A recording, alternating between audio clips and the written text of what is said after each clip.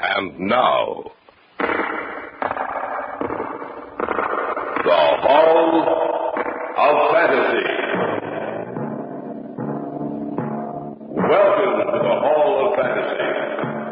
Welcome to the series of radio dramas dedicated to the supernatural, the unusual, and the unknown. Come with me, my friends.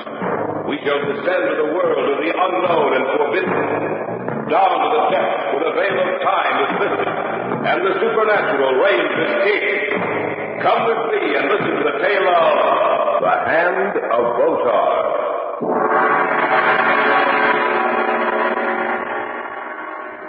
Uncle Simeon, are you all right? He's dead. What? He's dead. I went out to make a telephone call. There's no extension in here, you know. I was dialing the number when I thought I heard Simeon say something. And then I heard him scream. I ran back in here and found him like this. Look. Where? At his throat. There are 5 red marks on his throat, like finger marks. Just as if he'd been choked to death by a person using only one hand. The Hall of Fantasy will present The Hand of Botar in just a moment. And now for our story entitled The Hand of Botar. Even after he was dead, the spirit of Simeon Botar remained with those who had known him. His personality was so strong that when he entered a room, all eyes were immediately drawn to him. But there was something strange about Simeon, something different that set him apart from other men. It couldn't be defined, but it was there just the same. And when he said, "Even when I die, the world will not forgive me. I'll make sure of that, even if I have to return from death." I first met Simeon Botar several months ago. Eric Matreau had insisted that I meet him, and so one evening we drove out to his small estate several miles from town. You like Simeon, Charles. He's a very interesting person. Well, I certainly hope so. The way you talk about him, he seems to be an idol of yours. Well, hardly that. It's just that I find him stimulating. And when I told him that you played a wonderful game of chess, he insisted that I bring you out. He's a chess player, eh? Oh, yes, a very fine one. When you play with him tonight, you'll be treated to a very unusual experience. How do you mean? You'll see for yourself. You know, Charles, there's something odd about Simeon. I can't place it myself. Maybe you'll be able to help me. Something odd about him? Yes, and even though he's so interesting a person, there's something about him that frightens me. Almost as if there was an air of death about him. Especially about that hand of his.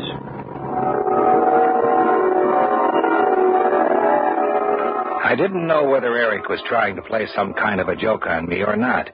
I had no time to think about it, however, as in a minute we turned off the highway onto the gravel road leading up to the house. The door of Botar's house was opened for us by a very beautiful young woman. Oh, it's so good to see you, Eric. Thank you, Marcia. My good friend Charles Brakely. Marcia Jameson, Simeon's niece. A pleasure. Won't you come in? Where's Simeon, Marcia? He's in the living room waiting for you. I understand you're quite a chess player, Mr. Brakely. Well, not a very good one, I'm afraid. Oh, on the contrary. Eric says that you're an excellent player. And Uncle Simeon is most anxious to meet you. It's right in here. Simeon, they were here. Oh, so good of you to come, Eric. This, I take it, is Mr. Brakely? Yes. Well, I'm very pleased to make your acquaintance. Would you gentlemen care for a drink? Oh, none for me, thank you. The usual for me. Marcia, will you prepare a drink for Eric? Yes, Uncle Simeon. You, play chess, eh, Mr. Brakely? Yes? Then sit down, please. As you can see, I already have prepared the board for play. Seeing you're my guest, you may have the white, Mr. Brakely. Oh, thank you. Would you put on the blindfold for me, Eric? Oh, of course. Tighten up, Simeon? Yes. Can't see a thing. Thank you, Eric. I hope you don't expect Not at all, me Mr. Brakely. Not at all. Here's your drink, Eric. Thank you. Are you ready, Mr. Brakely? Do you want me to call out my moves to you? Oh, no, that won't be necessary. Well, then, how do you know what move I make? Oh, my hand will know. Proceed, Mr. Brakely. You have the opening move. All right.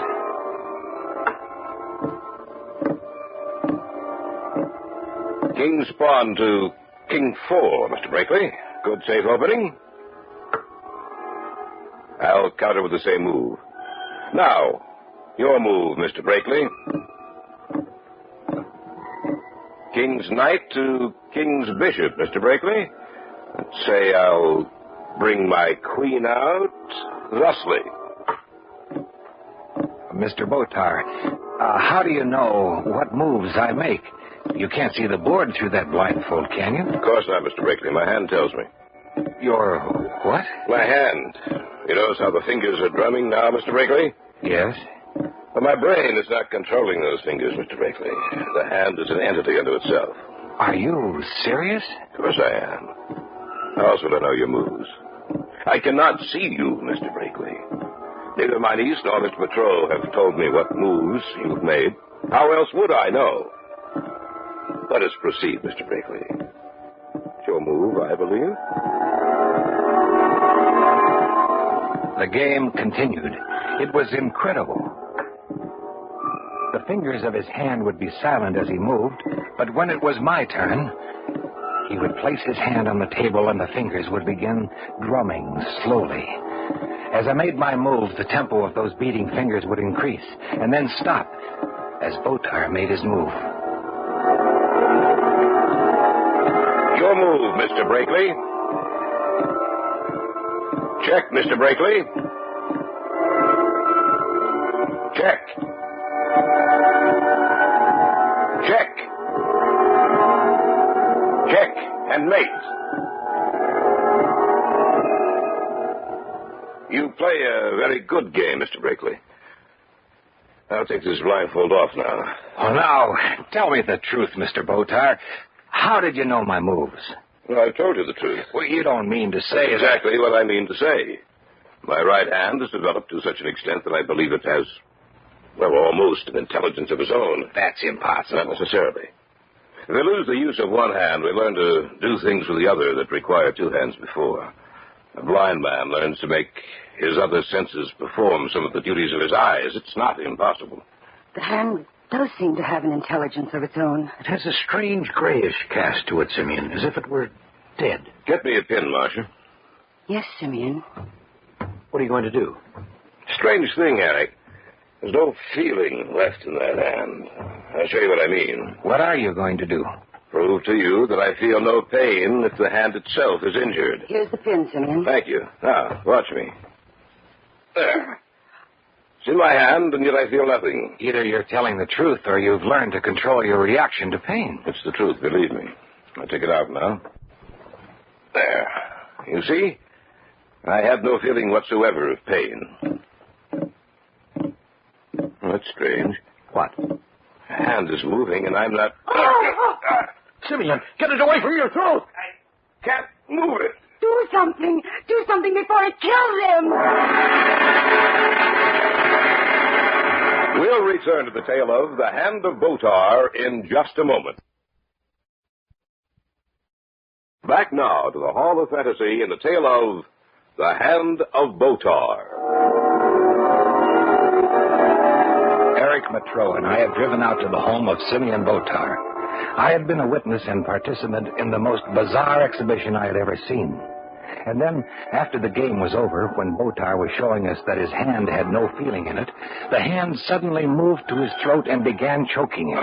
Do something before it kills him. Help me. I'll get it. I can't move it, Charlie. Let me help you. Starting him. Simeon, are you all right? Yes, I guess so. Oh, what happened, Botar? I don't know. I can't explain it. All of a sudden, it's in my throat, choking me. You're all right now? Yes. I lost control of my hand at that moment, gentlemen. I couldn't move it away from my throat.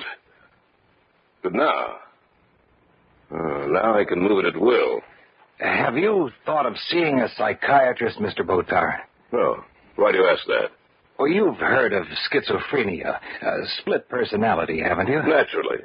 But let me tell you right now, Mr. Brakely, I am not suffering from schizophrenia. Well, that's the only rational explanation for what just happened. I don't think so. Do you mean to say that you really think that hand has an intelligence of its own? Yes, I do. Then you'd better be careful, Mr. Botar. If what you believe is true, then that hand could very well kill you. We left shortly after that. As we drove into the city, my mind wouldn't forget the image of what had occurred that night.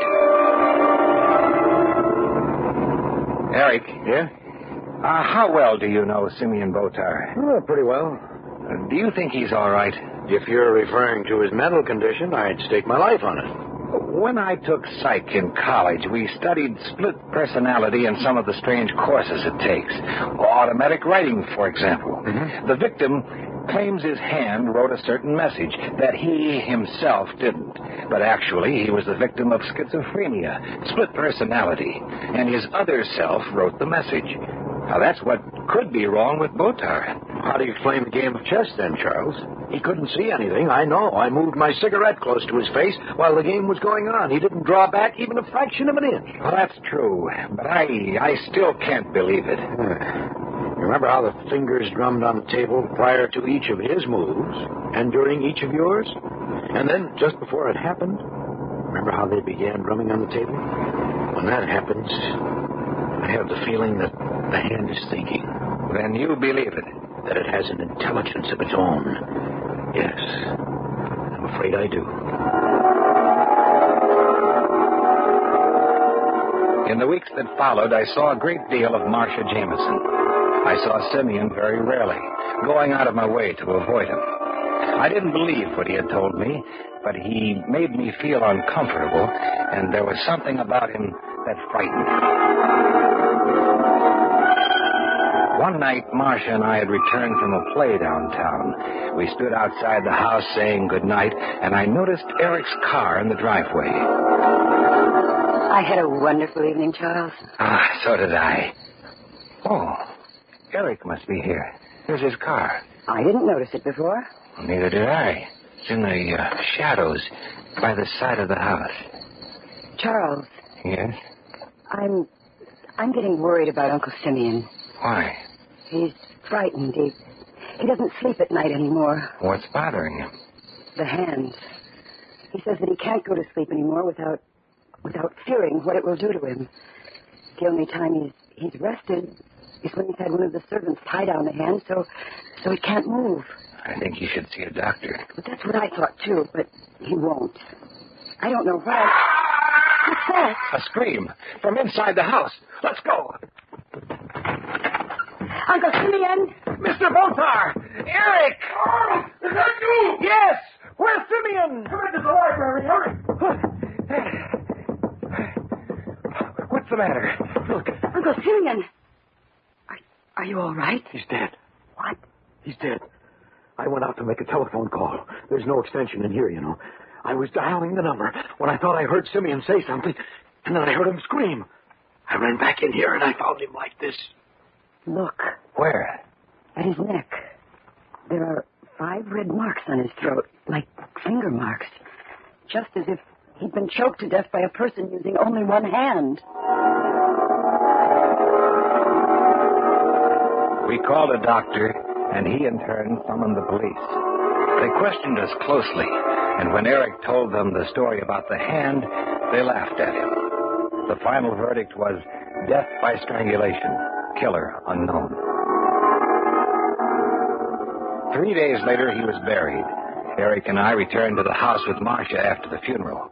Marcia had taken the funeral very badly, and we sent her up to take a nap for a few hours.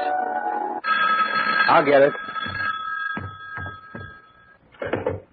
Hello? May I speak to Miss Jameson, please? Oh, she's resting now. I don't want to disturb her. I see. It was a rather irregular request that we received, but we did, as the note said. I just wanted to tell her that the package is being dispatched and will reach her today. Who's calling? Mr. Erskine. Goodbye. Huh. Erskine. Now, from where do I know that name? He was a mortician. Oh, yes. What do you want? Well, he said something about a package being delivered here today. Wonder what it is. I don't know. Well, I'll tell Marcia about it when she wakes up. It's strange that he didn't mention what was in it. Well, the package will arrive today. Then we'll know what's in it. I'll get it. Hello? This is Erskine again. I'm afraid I can't do what the note said. The thing is... Hello? Hello? Mr. Erskine, are you still there? What's the matter? I don't know. He sounded like he was choking. It was about 5 o'clock in the afternoon. Marcia was still asleep. The sky was heavily overcast, and I knew that we were due for a bad storm shortly. Eric and I heard the front door chimes ring, and a few seconds later the maid ushered in a man we had seen before, the lieutenant of detectives who had been at the house after Simeon Botar had died. What can we do for you, Lieutenant? I don't like to trouble you, Mr. Brakely, especially today, but I'm afraid I have to. What's the matter, Lieutenant? Do you know Mr. Erskine? Yes, he handled things for Marcia. That's right. Well, he's dead. Dead? Yeah. Well, he called here on the phone. He started to choke. He choked all right. He was strangled. What? That's right. And he has the same marks on his neck that Mr. Botar had that night. 5 little red marks, like the finger marks of a hand. You are listening to the tale of The Hand of Botar on this week's journey down the corridors of the Hall of Fantasy. We'll return to our story in just a moment. And now back to our story, entitled The Hand of Botar. We had come back from the funeral with Marcia Jameson. She was upstairs getting some rest. A few minutes before, Lieutenant Hillman of the police had come out to the house. I learned then the reason Erskine had seemed to be choking when I talked to him on the telephone. That's right. 5 little red marks, like the finger marks on a hand. It's starting to rain. Yeah, we're in for a bad storm. Erskine didn't have any enemies. He was preparing a package to send out here, and then he was killed. Who did it? Not who, Lieutenant, what? How's that? I believe it was Botar's hand that killed Erskine. What are you talking about? Botar's dead. But his hand isn't. But Simeon's been buried, Eric. I don't care. I think it was... That was Marcia. Come on. Marcia! Marcia, what's the matter? Is he up there alone? Yes. Marcia! I saw it. I saw it. Saw what, Marcia? I was half asleep. I felt that something was in the room with me. I looked up. The window was slightly ajar, and then on the floor, I saw it creeping along. What was it you saw? Uncle Simeon's hand. What? That's right. Let's take a look. Are you sure? Do you know what you're saying? Of course I do. You'll see for yourself. There doesn't seem to be anything in here. Maybe it went back out the window. Lieutenant, take a look at this. What? Look, on the windowsill here. Little scratches as if they were made by fingernails. You don't expect me to believe. I didn't believe it either, Lieutenant, but now I do. Botar's hand has an intelligence of its own.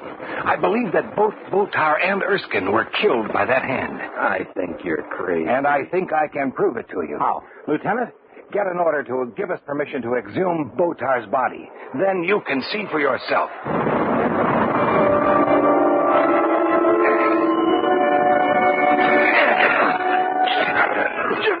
Just a little more now. This had better be more than a wild goose chase. I think that's enough. We're going to open it now, Marcia. All right. Let's get this outside casing top off. There you go. Together now. That's it. Now, let's get this casket open. There he is, Lieutenant. That's Simeon. Look, Lieutenant. His right hand is missing. Now will you believe us? That thing is alive. And it's back there at the house. It's evil and malevolent. We have to go back and destroy it.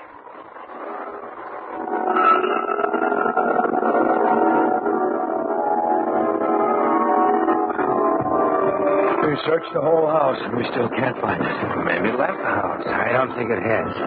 I think it's hiding. Where? I don't know. How did the hand ever get When out? Erskine called me on the phone, he said something about an unusual request written in Simeon Botar's hand, and that he was sending the package here. While he was preparing that package, the hand killed him. That thing is somewhere in or around this house. I have a feeling that... Oh! What was that? Sounded like a window breaking. Where? Upstairs. Let's take a look. We'll break up into two groups. Mr. Michaud and Mr. Baker will go together. I'll keep Miss Jameson with me, all right? All right. We'll find her. Let's go then. I have the only gun. If you see it, call for it. All right. Stay behind me, Miss Jameson. I'll be with right you. behind you.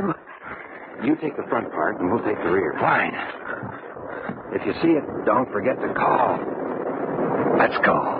Why don't we try Simeon's bedroom? Sounds like a good idea. Come on. Remember, that thing can hide almost anywhere. I know. We might as well... Look. The bottom left pane of the French door leading to the sun porch is broken. Then the hand is in here somewhere. We can't be sure. It might have found entrance this way, but... Listen.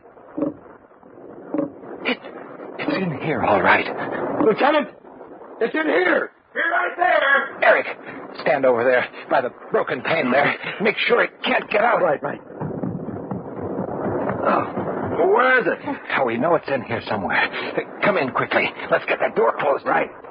Now, be quiet. There it is again. Where's it coming from? Be quiet. It's moving. Can't see it. Neither can I. Look out, Charles, in back of you! It's climbing up the wall in back of you! Where? It's making for the light switch! The lights are out. Be quiet. It's dropped down to the floor again. I can't see a thing in the dark. It's going after someone in this room. Hear it moving. Be quiet. I can feel something on my back. I can... The hands are on her throat! Get the hand away from her! Right! Hurry! We're doing our best! A little bit more. A little bit more. There! Throw it on the floor! Shoot it. It'll get away. Hurry, Lieutenant, hurry. It's making for the French door!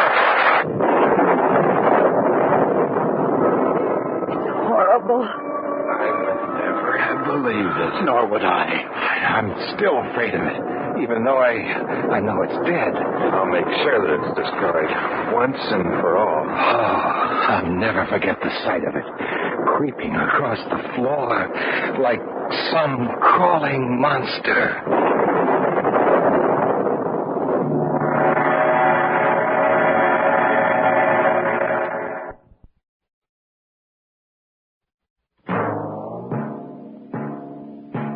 So runs tonight's tale of the unusual, the terrifying, the unknown. Join us again when next we journey down the corridors of the Hall of Fantasy to hear another strange tale of the supernatural. All characters and events portrayed in these programs are fictional, and any similarity to actual events or persons, living or dead, is purely coincidental.